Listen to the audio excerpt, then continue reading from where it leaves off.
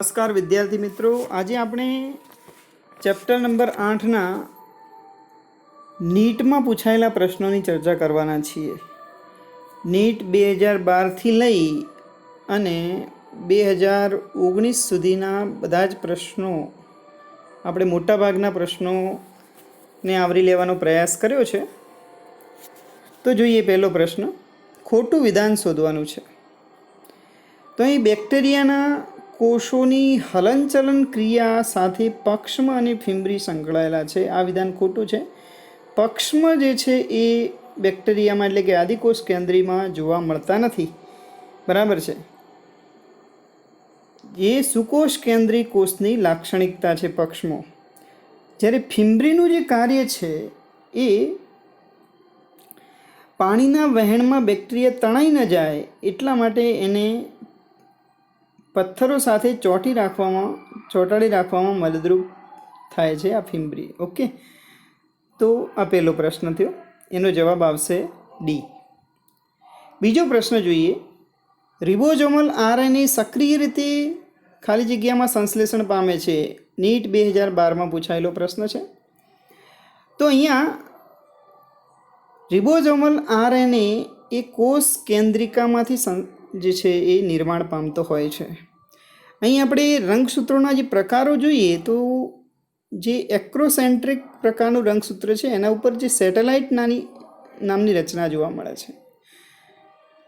આ જે ભાગ છે એને NOR તરીકે ઓળખાય છે, ન્યુક્લિયોલર ઓર્ગેનાઇઝર રિજિયન, એટલે કે કોષ કેન્દ્રિકા આયોજક પ્રદેશ, અને ત્યાંથી કોષ કેન્દ્રિકાનું નિર્માણ થાય છે. અને આ કોષ કેન્દ્રિકા RNAના નિર્માણમાં મહત્વનો ભાગ ભજવે છે. અને આ RNA રિબોઝોમનો RNA અને પ્રોટીન ભેગા થઈ અને શું બને છે? રિબોઝોમ બને છે. અને રિબોઝોમ એ પ્રોટીન સંશ્લેષણ સાથે સંકળાયેલી અંગિકા છે. બરાબર છે. તો અહીંયા RNA પ્લસ પ્રોટીન એટલે કે રિબોઝોમ બને, અને રિબોઝોમ પ્રોટીન સંશ્લેષણ સાથે સંકળાયેલી અંગિકા છે. અહીંયા તમે જોયું કોષ કેન્દ્રિકામાંથી RNAનું નિર્માણ થાય છે. ત્રીજો પ્રશ્ન આપણે જોઈએ, નીચેનામાંથી કયો ઘટક બેક્ટેરિયલ કોષને ચિકાસયુક્ત લક્ષણ આપે છે? તો બેક્ટેરિયાની સૌથી બહારનું જે આ સ્તર છે એને આપણે ગ્લાયકોકેલિક્સ તરીકે ઓળખીએ છીએ. ત્યારબાદ કોષ દિવાલ અને સૌથી અંદર કોષરસ પટલ જોવા મળે છે. તો આ જે સૌથી બહારનું જે ગ્લાયકોકેલિક્સ છે એ બેક્ટેરિયલ કોષને ચિકાસયુક્ત લક્ષણ આપે છે. પ્રશ્ન નંબર 4, ત્રીજો પ્રશ્ન નીટ 2017માં પૂછાયેલો છે. ચોથો પ્રશ્ન, પાણીમાં રાખેલ કોષનું આશ્રુતિના કારણે વિસ્તરતું કદ કોના દ્વારા નિયંત્રિત થાય છે? નીટ 2014માં આ પ્રશ્ન પૂછાયેલો છે અને એનો જવાબ આવશે રસધાની. રસધાની એ આશ્રુતિ નિયમનના કાર્ય સાથે સંકળાયેલી છે. પાંચમો પ્રશ્ન જે નીટ 2016માં પૂછાયેલો છે, સૂક્ષ્મ નલિકાઓ કોના બંધારણમાં જોવા મળે છે? તો ત્રાક તંતુઓ, તારા કેન્દ્ર અને પક્ષમાં એના બંધારણમાં સૂક્ષ્મ નલિકાઓ જોવા મળે છે. તારા કેન્દ્રમાંથી જ ત્રાક તંતુઓ ઉત્પન્ન થતા હોય છે, જે એક સૂક્ષ્મ નલિકાઓ જે છે એ સૂક્ષ્મ નલિકાઓ એમાં જોવા મળતી હોય છે. હવે ઘણી વખત સૂક્ષ્મ નલિકાઓની સંખ્યા પૂછાય છે. તો તારા કેન્દ્રમાં કેટલી હોય, પક્ષમાં કેટલી હોય? તો પક્ષમાંની જ્યારે આપણે રચના દોરીએ છીએ ત્યારે અહીંયા 9 પરિઘવર્તીય નલિકાઓ જે જોડમાં હોય છે. બરાબર છે.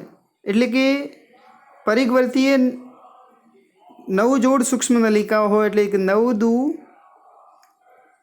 18 એ થશે. પ્લસ 2 જે નલિકાઓ છે કેન્દ્રસ્થ નલિકાઓ છે, 9 + 2ની ગોઠવણી છે, એટલે કે પક્ષમની અંદર 20 સૂક્ષ્મ નલિકાઓ આવેલી હોય છે. જ્યારે તારા કેન્દ્રની અંદર આપણે વાત કરીએ તો તારા કેન્દ્રમાં જે પરિઘવર્તી 9 સૂક્ષ્મ નલિકાઓ આવેલી હોય છે એ ત્રેખડ સ્વરૂપે હોય છે. અને ત્રેખડ હોય એટલે કે 9 તરી 27. તો અહીં તારા કેન્દ્રમાં સૂક્ષ્મ નલિકાઓની સંખ્યા પૂછાય તો 27 આવશે અને પક્ષમાં પૂછાય તો 20 આવે છે. બરાબર. તો આ થોડીક એક્સ્ટ્રા બાબત આ પ્રશ્ન સાથે સંકળાયેલી હતી. તો અહીંયા જે જવાબ છે આપણો આવશે ત્રાકતંતુઓ તારા કેન્દ્ર અને પક્ષમાં. છઠ્ઠો પ્રશ્ન જે નીટ 2015માં પૂછાયેલો છે, નીચેનામાંથી કઈ રચના પટલયુક્ત નથી? તો આપણે જાણીએ છીએ રિબોઝોમ્સ એ પટલયુક્ત રચના નથી, જે 2 પેટા એકમોનો બનેલો છે. બરાબર. નાનો પેટા એકમ અને મોટો પેટા એકમ. તો અહીંયા જે નાનો પેટા એકમ છે એ અહીં આપણે યાદ કરો આદિકોષ કેન્દ્રીમાં 50, નાનો પેટા એકમ 30 અને મોટો પેટા એકમ જે છે 50S છે. બરાબર. અહીંયા નાનો પેટા એકમ આદિકોષ કેન્દ્રીમાં 30S અને મોટો પેટા એકમ 50S હોય છે અને બંને ભેગા થઈ અને 70S બને છે. બરાબર. એ આપણે થિયરીમાં સમજાયેલું છે. સુકોષ કેન્દ્રીમાં શું થાય તો 30ના 40 કરી દેવાના, 50ના 60 કરી દેવાના અને 70ના 80 કરી દેવાના, એટલે કે 80S હોય છે. બરાબર. તો આ એની રિબોઝોમ સાથે સંકળાયેલી કેટલી બાબત જે પટલવિહીન અંગિકા છે. ઓકે. 7મો પ્રશ્ન, વનસ્પતિના કોષની રસધાનીઓમાં પાણીમાં દ્રાવ્ય રંજક દ્રવ્યો કયા હોય છે? નીટ 2016માં આ પ્રશ્ન પૂછાયેલો છે. તો આપણે જાણીએ છીએ કે ક્લોરોફિલ, કેરોટીનોઇડ અને ઝેન્થોફિલ આ બધા ચરબી દ્રાવ્ય છે. બરાબર છે. ચરબી દ્રાવ્ય છે, જ્યારે એન્થોસાયનિન જે છે પાણી દ્રાવ્ય છે. માટે આપણો જે જવાબ છે એ એન્થોસાયનિન આવશે. ઓકે. 8મો પ્રશ્ન જે નીટ 2016માં પૂછાયેલો છે, હાઇડ્રોલાઇટિક ઉત્સેચકો ધરાવતી અંગિકા કઈ?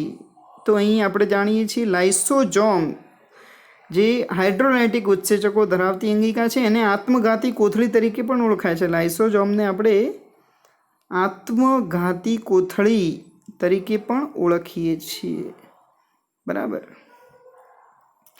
જે એક પટલમય અંગિકા છે એમ કહી શકાય.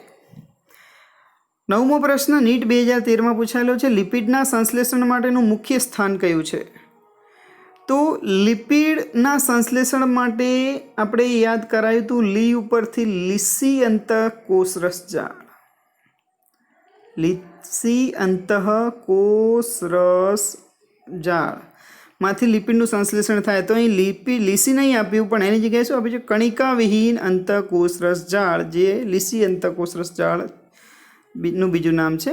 એને આપણે SER સ્મૂથ એન્ડોપ્લાઝમિક રેટિક્યુલમ તરીકે પણ ઓળખીએ છીએ. માટે આપણો જવાબ આવશે સી, કણિકા વિહીન અંતઃકોષરસ જાળ.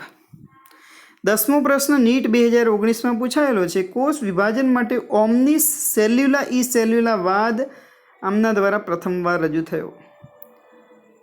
તો અહીં પહેલાં તો વાક્ય વાંચતા જ એમ થાય કે આ વળી શું આવ્યું બાયોલોજીમાં.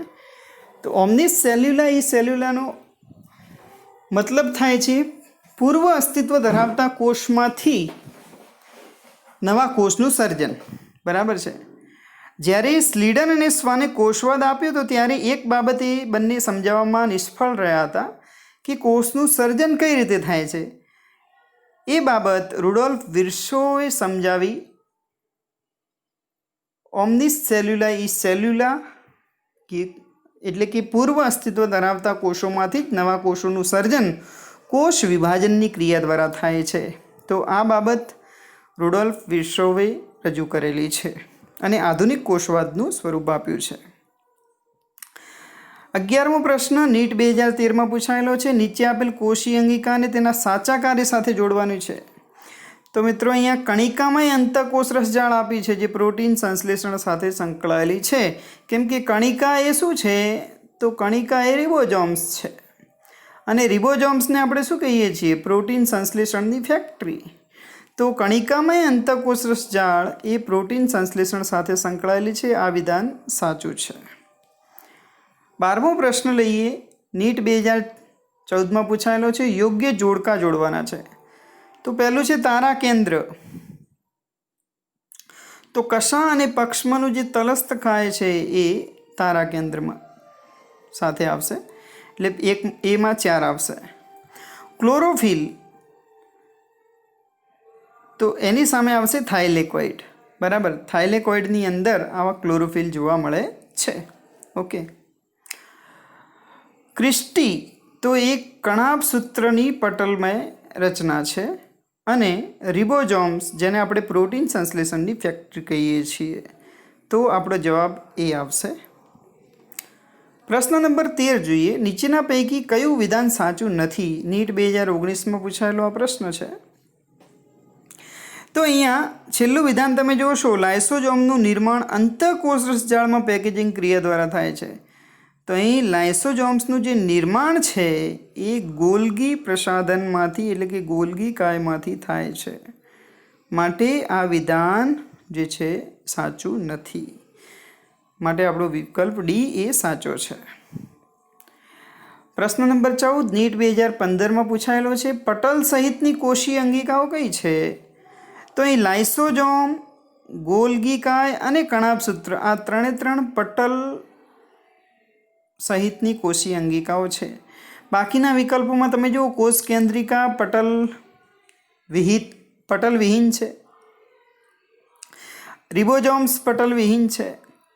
ફરીથી અહીંયા ત્રીજા વિકલ્પમાં કોષ કેન્દ્રિકા અને રિબોઝોમ્સ પટલ વિહીન છે. માટે આપણો જવાબ એ ડી સાચો છે.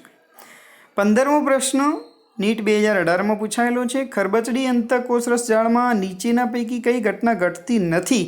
હવે આ ખરબચડી અંતઃકોષરસ જાળ એટલે કે કણિકામય અંતઃકોષરસ જાળ, RER, જે પ્રોટીન સંશ્લેષણ સાથે સંકળાયેલી છે. બરાબર, એટલા માટે જવાબ આપણો આવશે ફોસ્ફોલિપિડનું સંશ્લેષણ, કેમ કે લિપિડના સંશ્લેષણ સાથે લીસી અંતઃકોષરસ જાળ સંકળાયેલી છે. માટે આપણો જવાબ એ સાચો છે. પ્રશ્ન નંબર 16 જોઈએ, ખોટું જોડાણ શોધવાનું છે નીટ 2016માં. તો અહીંયા તમે છેલ્લો વિકલ્પ જોશો કે મોટી મધ્યસ્થ રસધાની, અહીં રાજધાની થઈ ગયું છે પ્રિન્ટ મિસ્ટેકમાં, એટલે કે રસધાની છે. તો રસધાની એ પ્રાણી કોષમાં જોવા મળે છે. તો આ વિધાન ખોટું છે, કેમ કે પ્રાણી કોષની અંદર આપણે જાણીએ છીએ રસધાની અલ્પ વિકસિત હોય છે. મોટી રસધાની જે છે વનસ્પતિ કોષમાં જોવા મળે છે. માટે આ ડી વિધાન આપણું સાચું છે, જે ખોટું જોડકું છે. ઓકે. પ્રશ્ન નંબર 17 જોઈએ, એક સમયે પોલીપેપ્ટાઇડ શૃંખલાની અનેક કૃતિઓ બનાવવા માટે એક જ mRNA સાથે અનેક રિબોઝોમ જોડાય છે.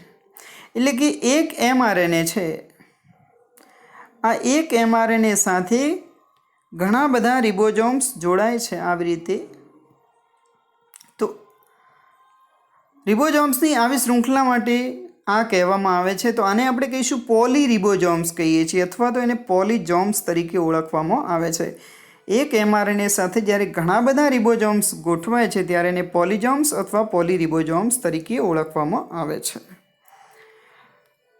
18મો પ્રશ્ન જોઈએ, નીચેનામાંથી કઈ કોષીય અંગિકા કાર્બોદિતમાંથી શક્તિ મેળવી ATPનું નિર્માણ કરવા માટે જવાબદાર છે? તો આ જે છે કણાભસૂત્ર આવશે. કણાભસૂત્રને કોષનું પાવર હાઉસ કહેવાય છે. બરાબર, ઉર્જા ઘર, અને ઉર્જા એ ATPના સ્વરૂપમાં નિર્માણ પામે છે, જે નીટ 2017માં પૂછાયેલો પ્રશ્ન છે. માટે આપણો જવાબ કણાભસૂત્ર આવશે. 19મો પ્રશ્ન જે નીટ 2015માં પૂછાયેલો છે, નીચેનામાંથી કઈ રચનાઓ પ્રોકેરિયોટ એટલે કે આદિકોષ કેન્દ્રીય કોષમાં જોવા મળતી નથી? તો અહીં કોષ કેન્દ્ર પટલ એ આદિકોષ કેન્દ્રીય કોષમાં જોવા મળતું નથી. બરાબર છે, કોષ કેન્દ્ર પટલ એ સુકોષ કેન્દ્રીય કોષમાં જ જોવા મળે છે. અને છેલ્લો પ્રશ્ન આપણે જોઈએ, 20મો પ્રશ્ન નીટ 2013માં પૂછાયેલો છે, ગોલ્ગીકાય મહત્વનો ભાગ ભજવે છે. તો ગોલ્ગીકાય શેમાં મહત્વનો ભાગ ભજવે છે? તો પ્રોટીનના રૂપાંતરણ બાદના ફેરફારો અને ચરબીના ગ્લાયકોસાઇડેશનમાં મહત્વનો ભાગ ભજવતો હોય છે. જે અંતઃકોષરસ જાળમાંથી જે પ્રોટીન ઉત્પન્ન થાય છે એ પ્રોટીન જે છે એને ગોલ્ગીકાયમાં પ્રવેશે છે અને એમાંથી રૂપાંતરિત થાય છે, રૂપાંતરણ થઈ અને એ પરિપક્વ થતું હોય છે અને ચરબીના ગ્લાયકોસાઇડેશનમાં ગોલ્ગી મહત્ત્વનો ભાગ ભજવે છે. તો અહીંયા આપણે 2012થી લઈ અને 2020 સુધીના મોટાભાગના પ્રશ્નો જે છે કવર કરવાનો પ્રયાસ કર્યો છે.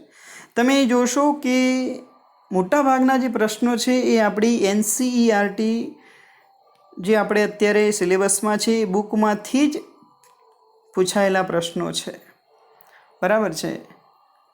તો આ બુક ઉપર બરાબર ધ્યાન આપજો અને બરાબર વ્યવસ્થિત રીતે એ બુકનું રિવિઝન કરી અને તૈયારી કરશો તો 100% તમને નીટમાં બેનિફિટ થશે જ. તો આવજો મિત્રો.